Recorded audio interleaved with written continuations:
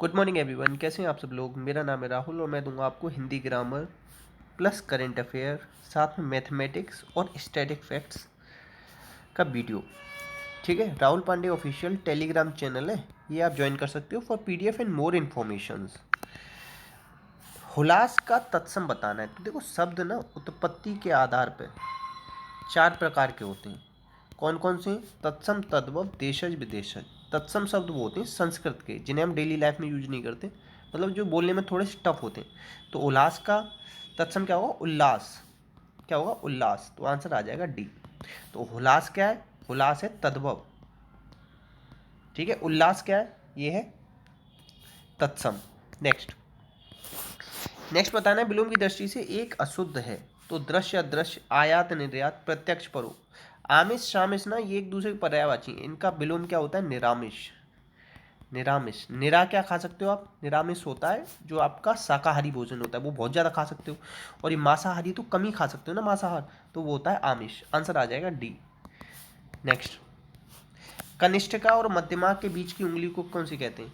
तो ये शायद वो उंगली होती है जिसमें अंगूठी वगैरह पहनाई जाती है, तो अनामिका।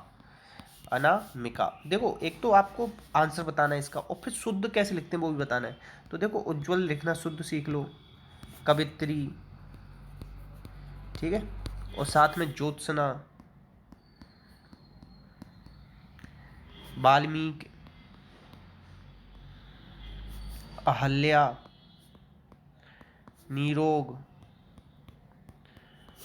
नेक्स्ट, ये बताना है ढाई शब्द में कौन सा विशेषण है। विशेषण 4 प्रकार के होते हैं, गुणवाचक, संख्यावाचक, परिमाण, सार्वनामिक। विशेषण की 3 अवस्था होती हैं, मूलावस्था, उत्तरा, उत्तमा। विशेषण संज्ञा या सर्वनाम की विशेषता बताता है। तो ढाई क्या है? अपूर्ण बोधक विशेषण। नेक्स्ट, चंद्रहास का पर्यायवाची बताना है। चंद्रहास, करवाल, या इसे ही क्या कहते हो आप? तलवार। ठीक है। पक्षी का क्या होता है? खग, बेहग। ठीक है। मनमत क्या होता है? कामदेव, अनंग भी बोलते हैं इन्हें। ठीक है। नेक्स्ट, इसमें से शुद्ध बताना। तो कुमुदिनी कैसे लिखते हैं? कुमुदिनी, कुमुदिनी। ठीक है, आंसर क्या आ जाएगा? बी। आंसर आ जाएगा बी। अच्छा, त्योहार शुद्ध कैसे लिखते हैं? इस तरीके से लिखा जाता है, ये लिखना। श्रृंगार इस तरीके से लिखा जाता है। इसमें ये अगर लगा दोगे ना तो गलत हो जाएगा, इसे मुंह मत जोड़ना। आंसर आ जाएगा बी। नेक्स्ट, अंतर्मुखी का विलोम क्या होगा? बहिर्मुखी। अंतर्मुखी होता है जो ज़्यादा बात ना करे किसी से, बहिर्मुखी होता है जो और लोगों से ज़्यादा बात करे। मतलब जो सोशल बंदे जो होते हैं ना, वो होते हैं बहिर्मुखी। जो अपने आप में रहते हैं वो होते हैं अंतर्मुखी। और बाचाल का क्या होता है? बाचाल होता है ज़्यादा बोलता रहता है हर समय। ठीक है। नेक्स्ट, अब इसमें शुद्ध बर्तनी बतानी है। तो देखो, क्वेश्चन नंबर इसे मानना 1, मैं इसे डेली बताता हूँ उज्ज्वल को कैसे लिखते हैं, वो आज भी आपको बता दिया है। इसके बाद अगर कोई नए से सही लिख पाए ना, और वो अगर मेरी वीडियो 15 दिन से देख रहा हो, तो प्लीज़ इस वीडियो को देखना बंद कर देना। मतलब ये वीडियोस आपको हेल्प नहीं कर पा रही और किसी से पढ़ना फिर। ठीक है। नेक्स्ट, केवर्ट का तद्भव रूप क्या होता है? तो ये होता है केवट। आंसर आ जाएगा बी। नेक्स्ट, फल का पर्यायवाची बताना है। तो फल का क्या होता है? परिणाम। क्या होता है? परिणाम। फणी किसका होता है बताओ? ये होता है नाग का। ठीक है। फिराक में मतलब रहना, मतलब कहते हैं कि कोई एक मौके में रहना, मौका, फिराक, ये मौका मिल जाए। ठीक है। आंसर क्या है? सी। नेक्स्ट, जिसके हृदय पर आघात हुआ हो उसे कहते हैं मर्माहूत। मर्माहुत या हूत, मर्माहत। जिसके हृदय पर आघात हुआ हो, मर्माहत, मर्माहत कहेंगे। क्या कहेंगे? मर्म आहत। देखो, आहत क्या हो गया? आघात। मर्म क्या हो गया? हृदय पर आघात। ठीक है। आंसर क्या आ जाएगा इसका? बी, मर्माहत। जो अपने पद से हटाया हो, पदच्युत, पदच्युत। जो अपने पद से भ्रष्ट हो चुका हो उसे कहते हैं पद भ्रष्ट। ठीक है। आंसर आ जाएगा इसका डी। नेक्स्ट, अब दैत्य का पर्यायवाची कौन सा नहीं? दैत्य मतलब दानव, निशा मतलब रात्रि में जो चरण करते हैं वो भी दानव, राक्षस तो हो ही गया। भूसुर, भू मतलब होता है पृथ्वी, सुर मतलब देवता। पृथ्वी की देवता कौन है? ब्राह्मण। ठीक है। आंसर क्या आ जाएगा इसका? सी। सी पर्यायवाची नहीं। नेक्स्ट, नेक्स्ट है कौन सा तद्भव नहीं है? तो देखो, मैंने बताया ना कि अंकी बिंदी किस में आती है? ये आती है तत्सम में। छत्र ज्ञा ये किस में आते हैं? तत्सम में। रेफ वाला रहा आता है तत्सम में। कभी खा दिख जाए, ये चंद्र बिंदु दिख जाए, ये किस में आते हैं? तद्भव में। तो ये अंकी बिंदी किस में बताई मैंने? तत्सम में। तो आंसर क्या आ जाएगा? बी। इसका क्या होता है? साम। तद्भव क्या होगा इसका? साम। आंसर आ जाएगा बी। अब ये देखो, यहाँ दिख रही है ना ये चंद्र बिंदु, तो ये किस में आएगा? तद्भव में डायरेक्ट। एक तो तुरंत काट देते कि ये तो तद्भव है, ठीक है। अब ये तत्सम है क्योंकि इस पे अंक की बिंदी है, ऐसे निकाल लो। नेक्स्ट, किसकी बर्तनी शुद्ध है? प्रत्युपकार होता है, कैलाश होता है, दुर्वस्था होता है, ये नहीं आएगा, तो आंसर आ जाएगा ए। नेक्स्ट, जिसकी कोई कीमत ना हो, अमूल्य। अब देखो एक आपसे क्वेश्चन पूछा जाता है, हीरा अमूल्य है, अमूल्य होता है, ऐसे आता है, तो इसमें कहता है अशुद्धि क्या है, तो अमूल्य नहीं आएगा, हीरे के साथ आता है बहुमूल्य, आंसर आएगा बी इसका, याद रखना, ये बता दिया है, अभी एसआई के एग्जाम में यही क्वेश्चन आया था। जिसके पेट में माँ ने रस्सी बांध दी हो उसे कहते हैं दामोदर, और ये कृष्ण जी का भी पर्यायवाची है, याद रखना। नेक्स्ट, तरंग का पर्यायवाची क्या है? तो तरंग का क्या होता है? पुष्कर का क्या होता है? तालाब, ठीक है। कूल मतलब क्या होता है? किनारा, ठीक है। ऊर्मी होता है तरंग का, ऊर्मी। जलधि मतलब जल को धारण करने वाला, ये हो जाएगा क्या? सागर या समुद्र। अगर मैं कह लेता जलज तो हो जाता वो किसका, बताओ आप? कमल किस में खिलता है? कीचड़ में, ऐसे समझ लो। जलज जल में खिलता है ना, तो वो हो जाता है कमल का पर्याय। जल मतलब जल में, धी मतलब धारण करने वाला, जल को कौन धारण करता है? समुद्र। अगर कह दूँ जलद, जल को कौन देता है? बादल, ऐसे। जलज जा मतलब जन्म, जन्म कौन लेता है जल में? कमल। इस तरीके से याद रख लो थोड़ा, आंसर आ जाएगा इसका डी। नेक्स्ट, नेक्स्ट है, इसमें से एकल का तत्व बताना, तो एकल का हो जाएगा अकेला, आंसर आ जाएगा सी। नेक्स्ट, नेक्स्ट है हल्दी का तद्भव, हल्दी का तत्सम बताना है, सॉरी, तो हरिद्रा, क्या हो जाएगा? हरिद्रा, हरिद्रा। नेक्स्ट, शुद्ध बर्तन बतानी है, तो क्लेश, इस तरीके से लिखते हैं, सी। नेक्स्ट, राजा का विलोम क्या होगा? राजा का होगा रंक, क्या होगा? रंक, आंसर आ जाएगा सी। नेक्स्ट, नारियल का तत्सम रूप बताना है, तो इसका हो जाएगा नारकेल, नारकेल, आंसर आ जाएगा ए। नेक्स्ट, शुद्ध बर्तन बतानी, श्रृंगार कैसे लिखते हैं, तो क्वेश्चन नंबर 24, इसका भी जवाब आप देना, मैंने ऊपर ही बता दिया था आपको। अच्छा ऐसे तो लिखते नहीं है, तो साफ कर दो, ए बी सी में से बताना। नेक्स्ट, इसमें बताना है क्रोध का पर्यायवाची क्या हो? क्रोध मतलब होता है अमर्ष, ठीक है, और वैमनस्य मतलब होता है शत्रुता, आंसर क्या आ जाएगा इसका? बी, आंसर आ जाएगा बी। नेक्स्ट, अब देखो प्राची का पर्यायवाची बताना, तो प्राची का पर्यायवाची होता है पूर्व, अगर इसका विलोम पूछ लेता ना तो क्या हो जाएगा? पश्चिम, याद रखना, आंसर क्या आ जाएगा इसका? सी। दोनों क्वेश्चन पूछे जाते हैं, पर्यायवाची और विलोम। नेक्स्ट, अच्छा सींग का तत्सम बताना है, तो श्रृंग, श्रृंग, श्रृंग बनेगा। नेक्स्ट, नेक्स्ट बताना है कि देखो ये क्वेश्चन ना लाइफ टाइम के लिए इंपॉर्टेंट हो गया है, ये बता दूं पहली बात तो, ये क्वेश्चन ऑफ द डे है अब हमारा, इसे अलग से कॉपी में नोट करना। 10 विकेट लेने वाले तीसरे गेंदबाज, दूसरे कौन थे? अनिल कुंबले, वो भी याद रखना, ठीक है। और पहले वाले का नाम था कुछ जिम करके था, वो थोड़ा सा मिस हो रहा है, तो ये बन गए एजाज पटेल। अब नाम आपको लग रहा हो इंडियन, मगर ये खेलते हैं न्यूजीलैंड की तरफ से, क्योंकि ये पहले मुंबई में रहते थे, फिर इनके परिवार न्यूजीलैंड शिफ्ट हो गया, तो नाम याद रख लेना एजाज पटेल, बहुत ज़्यादा ही इंपॉर्टेंट नाम रहेगा ये मतलब ऐसा कोई पेपर नहीं बनेगा जिसमें न पूछा जाए। और ये स्टैटिक फैक्ट बन गया कि तीसरे गेंदबाज कौन बन गए, नाम भी वैसे इंडियन है, ये जन्म इनका मुंबई में हुआ, इसलिए भी बार बार पूछा जाएगा ये। नेक्स्ट, किस महिला फुटबॉल खिलाड़ी को बैलन डी'ओर खिताब मिला है? तो देखो पहले अभी किसको मिला था? कल परसों लियोनल मेसी को मिला था ना, अब पुरुष में, अभी महिला में किसको मिल गया? एलेक्सिया को मिल गया, आंसर आ जाएगा डी।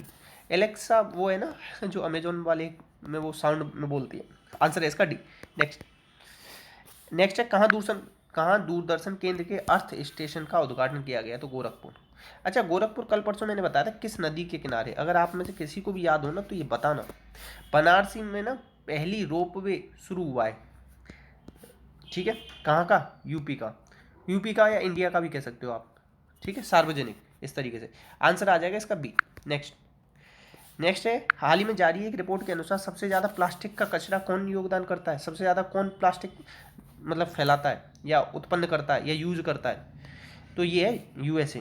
देखो सबको ज्ञान पेलता रहता है यूएसए के प्रदूषण मत करो, तो खुद कितना कर रहा है। नेक्स्ट, अभी मृदा दिवस कब मनाया गया? 5 दिसंबर, ऐसे याद कर लो, ऐसे ऐसे बनाओ, सॉइल ऐसे तो बनाओ सॉइल, और इसी को बना लो 5, ऐसे याद किया है मैंने तो, ठीक है। Halt soil salinisation boost soil productivity, याद मत रखना, केवल इतना याद रख लेना, 5 दिसंबर, ठीक है। नेक्स्ट, किस वर्ष तक 9 परमाणु रिएक्टर होंगे? तो देखो 2024 तक। अच्छा कुडनकुलम और काकरापार ये कहाँ है? तमिलनाडु में न्यूक्लियर रिएक्टर, याद रखना। रावत बाटा कहाँ है? ये राजस्थान में, ये भी याद रखना। नरोरा कहाँ है? यूपी में, पूछे जाते हैं हर बार। रावत बाटा ना कनाडा की मदद से लगाया गया था। नेक्स्ट क्वेश्चन है आपका, सबसे बड़ा मैन्युफैक्चरिंग हब कौन सा राज्य बना है? तो गुजरात। किसको पिछाड़ा इसने? महाराष्ट्र को। आंसर आ जाएगा बी। नेक्स्ट, अब देखो किस देश ने फ्रांस के साथ 80 राफेल लड़ाकू विमान का समझौता किया है? हम लोगों ने कितने खरीदे? 36। कितनी ज़्यादा रकम थी पता है? 36 को खरीदने। यूएई ने खरीदे 80। कितना पैसे वाला यूएई? आंसर आ जाएगा ए। नेक्स्ट है, देखो अभी मैथ के क्वेश्चन है। x+1 की वैल्यू दे रखी है 2x, तो x की वैल्यू अगर मैं 1 मान लूँ तो 1+1 क्या हो जाएगा? यहाँ पे 1 आ जाएगा 2। ठीक है, तो देखो x की वैल्यू क्या मान ली है मैंने यहाँ पे? 1, याद रखना। तो यहाँ पे 1 रखो, +1/1 1 हो जाएगा, +1 -3 +1 तो 2/-1, तो ये माइनस ऊपर चला जाएगा, तो आंसर क्या आ जाएगा? डी, -2 आ जाएगा। आंसर क्या आ जाएगा? -2। नेक्स्ट, अब देखो ये कह रहा है x+1/x -2, तो x की वैल्यू मुझे क्या रखनी पड़ेगी? x की वैल्यू रखनी पड़ेगी मुझे -1, जब तो -1 और -1 -2 होगा। ठीक है, अब p कह रहा है कि इवन नंबर है और q कह रहा है ऑड नंबर है, ये p, तो x की जगह -1, p क्या है इसमें? इवन नंबर रख लो 2 और प्लस -1, और ये q क्या है? ऑड नंबर मान लो 3। अब किसी का भी सम संख्या क्या हो जाती है? 1, सम क्या कर देती है? माइनस को प्लस। अब विषम तो वही रहती है, 1 और 1 क्या हो जाएगा? इससे कट जाएगा, आंसर आ जाएगा डी, 0। ऐसे निकालेंगे। नेक्स्ट, अब ये कह रहा है 40 नींबू 45 रुपये में बेचने पर, 40 नींबू 45 रुपये में बेचने पर 20% की हानि। 20% की हानि मतलब ये 80% की कीमत, तो 100 और 20% का लाभ चाहिए, तो मतलब 120% निकालना है। तो 0 से 0 गया, 2 चौक 8, 2 छक्के 12। ठीक है, और ऐसे देखो 15 45, रुको 5 निम 45, 5 40। ठीक है, और अब देखो 2 तिया 6 और 2 दूनी 4, ये 3 बार आएगा। ठीक है, तो देखो 16 बराबर क्या आ जाएगा? 27। 16 बराबर क्या आ जाएगा? 27। ठीक है, एक सेकंड रुको, मैंने पता है क्या गलती कर दी? मैंने नींबू गलत जगह रख दी। मतलब देखो 45 नींबू हैं, ये 40 रुपये के हैं, इसकी वैल्यू दे रखी है, ये है 80% की वैल्यू, तो हमें 120% की बतानी। 40 दूनी 80 और ये कट जाएगा 60 बार, तो 15 3 45, 15 चौका 60। ठीक है, मतलब 3 नींबू अगर 4 रुपये के हम बेचेंगे तो हमें प्रॉफिट होगा 20% का। हमें बेचने कितने? 28, तो इसमें 7 का गुणा करो, इसमें भी 7 का गुणा, तो हमें कितने नींबू बेचने पड़ेंगे? हमें बेचने पड़ेंगे 21। आंसर आ जाएगा सी। ठीक है, नेक्स्ट, अब ये कह रहा है 40% ऑफ a+b। देखो ऐसे करो, 0 से 0 जाएगा, तो 6 2 दूनी 4, तो 2a + 2b। अब ये परसेंटेज कट जाएगा, ये भी याद रखना, बराबर 3a - 3b।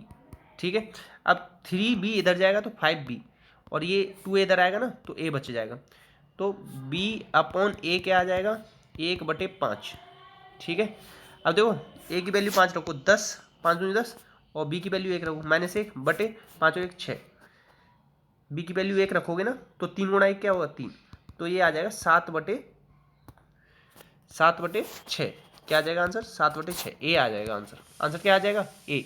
नेक्स्ट, अब देखिए ये कह रहा है वर्तमान में ए और बी की अनुपात ये दे रखा है, ए और बी की आयु का अनुपात दे रखा है 5:7। 2 वर्ष बाद 8:11 हो जाता है, तो 8 और 3 11, 5 और 2 7। अब इनका देखो रेशियो बराबर करना होता है, ऊपर 3 से गुणा करो, तो 5 × 15, 7 × 21, नीचे 2 से करो, 8 दूनी 16, 11 दूनी 22। तो ये कह रहा है 2 साल, इन दोनों के बीच में गैप कितना बता रहा है? 2 साल। हमारा कितना आ रहा है? 1 साल। 1 बराबर कितना है? 2, तो इनकी एज क्या आ जाएगी? 21 दूनी 42, 15 दूनी 30, तो आंसर आ जाएगा 30 और 42। आंसर क्या आ जाएगा? 30 और 42। पहले तो देखो अनुपात बराबर करते हैं, फिर जितना दे रखा है कितने साल बाद की, उसके अकॉर्डिंग उसमें मल्टीप्लाई कर देते हैं, बस आंसर आ जाएगा ए। नेक्स्ट, अब ये कह रहा है 17 गेंदों को 720 रुपये में बेचने में 5 गेंदों के क्रय मूल्य के बराबर हानि हो रही है। कभी भी क्रय मूल्य पे हानि होती है ना, तो जितनी हानि होती है उसे घटा देते हैं। तो 17 में से 5 गए तो 12 की कीमत है 720, तो 12 × 72, तो एक बॉल की कीमत कितनी आ गई? 60। देखो क्रय मूल्य पे जितनी हानि हो रही होती है उतनी घटा देते हैं, जितना फायदा हो रहा होता है उतना जोड़ देते हैं। देखो नेक्स्ट क्वेश्चन मैंने इसी जैसा लाया, 12 प्रतियां 1800 रुपये में बेची गई, 3 के बराबर लाभ हुआ, तो क्या कर देंगे? इन्हें जोड़ के सीधे इसमें भाग दे देंगे। तो क्वेश्चन नंबर इसे मानना 1 मैथ का, और इसका भी जवाब आप लोग देना। ठीक है, इतने क्वेश्चन थे, तो प्लीज़ शेयर करना, सपोर्ट करना, वीडियो अच्छी लगी तो लाइक करना। अगर कोई डाउट आया तो कमेंट बॉक्स में पूछ लेना। इसी के साथ अपना ध्यान रखना। जय हिंद, जय भारत।